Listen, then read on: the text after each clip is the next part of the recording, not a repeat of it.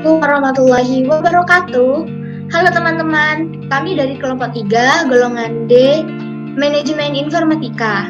Kami di sini akan mempresentasikan hasil kerja kelompok kami. Kelompok kami terdiri dari 3 anggota. Yang pertama ada Marcelino Raditya, yang kedua ada Alia Nufrida, yang ketiga ada Shirley Weliana. Kami di sini menjadikan Rosa Cake sebagai objek kami. Toko Rosa Cake berdiri pada tanggal 14 Februari 2017 yang didirikan oleh Ibu Rosa sebagai pemilik toko yang berlokasikan di Jalan Manyar di depan SMP 7 Jember. Awal berjualan hanya menggunakan 1 etalase dan menerima pesanan hanya maksimal 50 kotak. Setelah berlama berjualan, sekarang menggunakan 3 etalase dan menerima pesanan hingga 1000 kotak. Ibu Rosa berjualan dibantu dengan suami dan 3 anaknya. Toko Rosa Cake buka pada pukul 5 pagi sampai jam 1 siang. Kami telah melakukan wawancara dengan memberikan beberapa pertanyaan. Di antaranya, sejak kapan memulai usaha ini? Beliau menjawab sejak tahun 2017. Mengapa Anda memilih membuka usaha ini? Untuk mencukupi kebutuhan keluarga. Sistem berjualannya berkeliling atau menetap? Dan kalau menetap, apa di sini diperbolehkan menitipkan barang dagangannya? Dan apakah mengambil keuntungan di setiap picisnya? Menetap. Beliau menjawab menetap, bisa asalkan kue yang dijual tidak sama dengan kue yang sudah ada. Per picisnya itu bisa seharga Rp500 sampai Rp1.000. Apakah Ibu menyediakan pelayanan pesanan dalam jumlah besar? Jika iya, bagaimana cara pesannya? Seperti catering mungkin? Iya, cara pesannya harus H-1 sebelum hari H. Berapa modal awal saat membuka usaha ini? Beliau menjawab 500.000. Menjual apa saja dan harganya berapa aja? Beliau menjawab berbagai kue basah, kue kering, minuman, hingga nasi. Untuk membeli bahannya apa harus ke pasar atau membeli di toko sekitar? Beliau menjawab untuk bahan yang diperlukan beli di toko. Berapa modal per harinya untuk membuat kue? Beliau menjawab 1 juta hingga 1,5 juta. Berapa kira-kira pendapatan per bulannya? Beliau menjawab kurang lebih 3 juta. Jika kue tidak habis terjual, apa yang Anda lakukan? Beliau menjawab dibagikan ke tetangga atau keluarga. Apa permasalahan yang terjadi selama melakukan usaha ini? Beliau menjawab kurangnya tenaga kerja. Selanjutnya adalah permasalahan yang dialami oleh objek. Yang pertama, kurangnya tenaga kerja, dan yang kedua, pembayaran masih menggunakan manual. Solusi yang kami dapatkan yaitu kami akan membuatkan aplikasi di mana aplikasi tersebut dapat membantu toko Rosa Cake tersebut. Permasalahan yang kedua adalah kurangnya tenaga kerja. Solusi yang akan kami berikan yaitu kami menyarankan untuk mencari atau membuka lowongan pekerjaan yang ahli dalam bidang kewirausahaan. Selanjutnya saya akan menjelaskan tentang OOA atau Object Oriented Analysis. OOA adalah proses analisis yang terfokus pada mengidentifikasi objek yang berhubungan antar objek dalam sistem. Contohnya, seorang analisis sistem ingin mengembangkan sebuah sistem untuk penjualan kue. Setelah melakukan analisis sistem mengidentifikasi beberapa objek yang terkait dengan sistem tersebut. Objek dapat mencakup kue, pelanggan, toko kue, dan pesanan. OOA dapat membantu dalam mengidentifikasi fitur yang diperlukan untuk sistem, serta dalam memodelkan objek dan hubungan antar objek yang akan dibuat. Selanjutnya adalah OOD atau Object Oriented Design. OOD adalah tahap desain, di mana desainer sistem merancang struktur sistem dengan menggunakan konsep-konsep yang dihasilkan dari OOA. Contohnya adalah setelah melakukan analisis objek dan hubungan antar objek dalam sistem penjualan kue menggunakan OOA, selanjutnya dilakukanlah OOD untuk perancangan sistem secara lebih detail dan konkret. Dalam kasus penjualan kue, OOD dapat mencakup perancangan kelas untuk objek-objek yang telah diidentifikasi selama OOA, seperti kelas kue, kelas pelanggan, kelas toko kue, dan kelas pesanan. OOD juga melibatkan pemikiran tentang bagaimana objek tersebut akan berinteraksi satu sama lain dalam sistem. Selanjutnya adalah kebutuhan fungsional dan kebutuhan non-fungsional. Kebutuhan fungsional dalam objek dalam penjualan kue yaitu yang pertama, sistem pemesanan online yang mudah digunakan dan responsif. Yang kedua, sistem penjualan harus dapat memantau dan mengelola inventaris kue. Yang ketiga, kemampuan untuk menerima berbagai metode pembayaran seperti kartu kredit, transfer bank, maupun cash. Yang keempat, sistem penjualan harus dapat menghasilkan laporan penjualan. Dan yang kelima adalah sistem informasi harus dapat memantau dan mengelola pelanggan. Baik, yang selanjutnya ialah kebutuhan non-fungsional. 1. Kualitas kue yang lebih baik dan rasanya lezat. Yang kedua, sistem penjualan kue yang mampu menangani penjual pesanan dalam jumlah banyak. 3. Pelayanan pelanggan yang ramah dan responsif. 4. Keamanan informasi pelanggan yang terjamin dalam sistem pemesanan online. Yang kelima, sistem penjualan kue yang terus mudah digunakan oleh pengguna. Dan selanjutnya ialah desain aplikasi. Desain aplikasi adalah progres yang digunakan di daerah siklus hidup prototyping dari metode pengembangan sistem dinamis untuk mengumpulkan kebutuhan bisnis saat mengembangkan sistem informasi baru untuk sebuah perusahaan. Selanjutnya adalah validasi desain aplikasi. Berikut adalah pertanyaan dan skala penilaian. Di sini kami belum berikan ini terhadap jadi belum ada isi.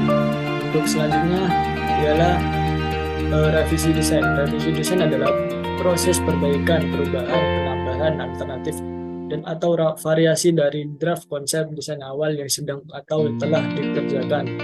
Revisi juga berarti proses modifikasi dan koreksi dalam perjalanan untuk mencapai desain final yang mampu mengkomunikasikan tujuan pembuatan pada aplikasi yang kami buat. Ada revisi dari objek atau klien mengenai warna pada aplikasi, yang dimana objek atau klien meminta warna seperti logo toko yang terdapat warna ungu muda, pink muda, ungu tua, dan dimana warna yang kami buat adalah biru, ungu, dan hitam, dan putih dan pink tua.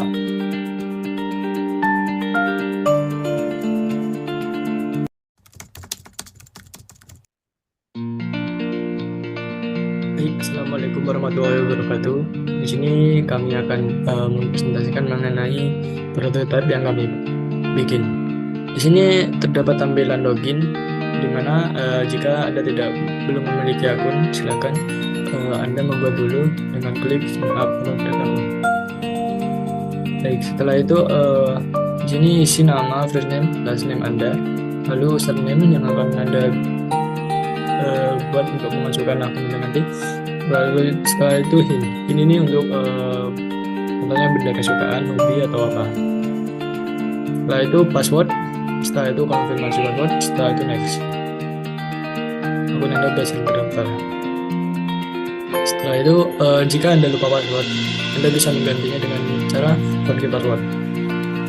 Forget password ini masukkan username Anda, setelah itu masukkan HIN yang telah Anda bikin waktu Anda membuat akun, setelah itu kirim.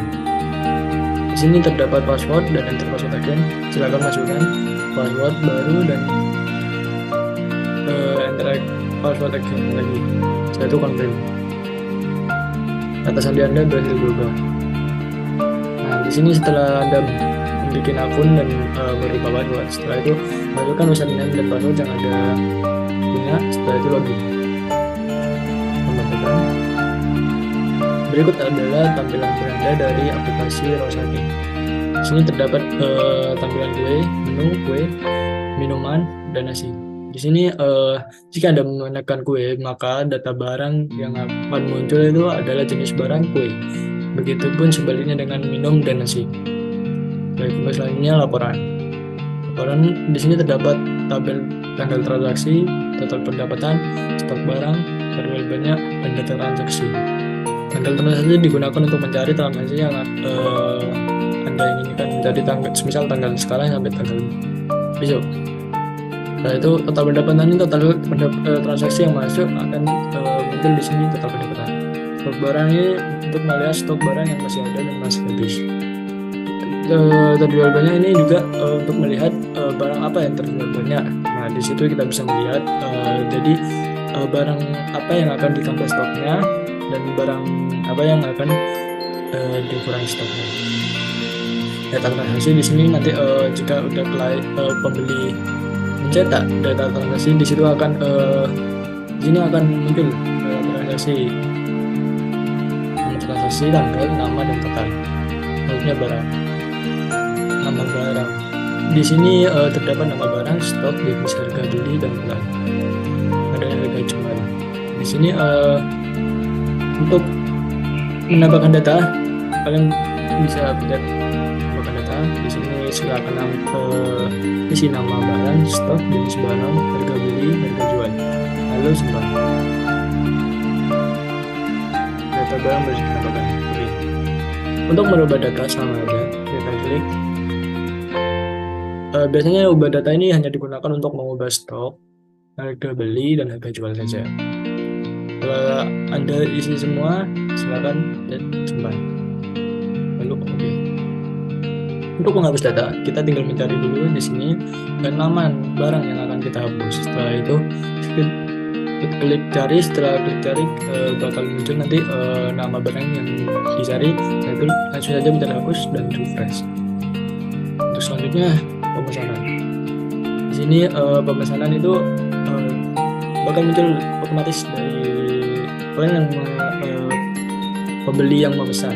Jadi pemesan pembeli itu pesan, jadi nanti bakal ada otomatis data-data di sini, nama pesanan, alamat, nomor rekening, tanggal pemesanan, waktu, dan lain-lain. Untuk selanjutnya pengaturan. Di sini pengaturan, jika Anda ingin merubah password atau username, Anda bisa klik ubah username dan password.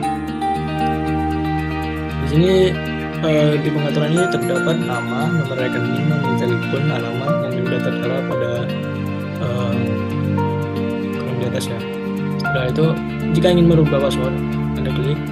Setelah itu, masukkan username Anda, lalu kata sandi lama, lalu kata sandi baru, dan simpan. Oke. Setelah berhasil, setelah itu untuk logout ini, jika Anda ingin logout, pencet logout. Nah, di sini akan ada apakah Anda yakin keluar. Jika ya, klik ya. Jika tidak, maka akan kembali lagi di tampilan pengaturan yang tadi. Nah, seperti ini. Nah, untuk ini kenapa saya kasih warna agak gelap, karena terkadang seseorang itu salah pencet atau tidak sengaja kepencet. Jadi di sini lebih ke sensor ya. Jadi lebih ke tidak. Makanya saya beri warna merah. Ya, maka akan kembali ke tampilan login awal seperti ini. Sekian dari saya, kurang lebihnya mohon maaf. Wassalamualaikum warahmatullahi wabarakatuh.